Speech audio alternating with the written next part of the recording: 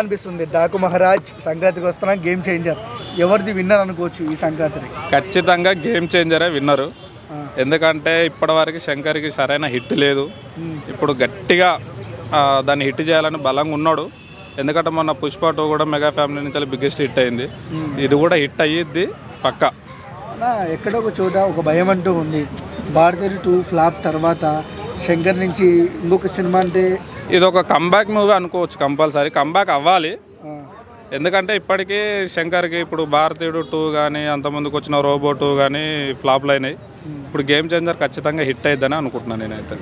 ఇలాంటి రికార్డులు షేక్ చేయొచ్చు గేమ్. రికార్డులు అంటే పుష్ప 2ని బ్రేక్ చేయడం కష్టం, బట్ బ్రేక్ చేస్తే ఇండస్ట్రీ బాగుంటుంది. 1000 కోట్లు కొట్టే ఛాన్స్ ఉంది పబ్లిక్ టాక్ను బట్టి.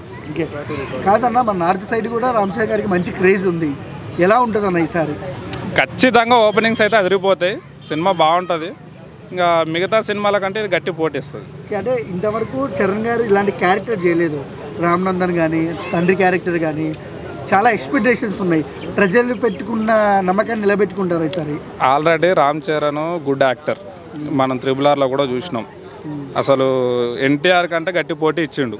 రామ్ చరణ్కి యాక్టింగ్ విషయంలో అసలు అది వేరే. ఇళ్ళ మాత్రం యాక్టింగ్ చింపేస్తాడు, అదిరిపోద్ది.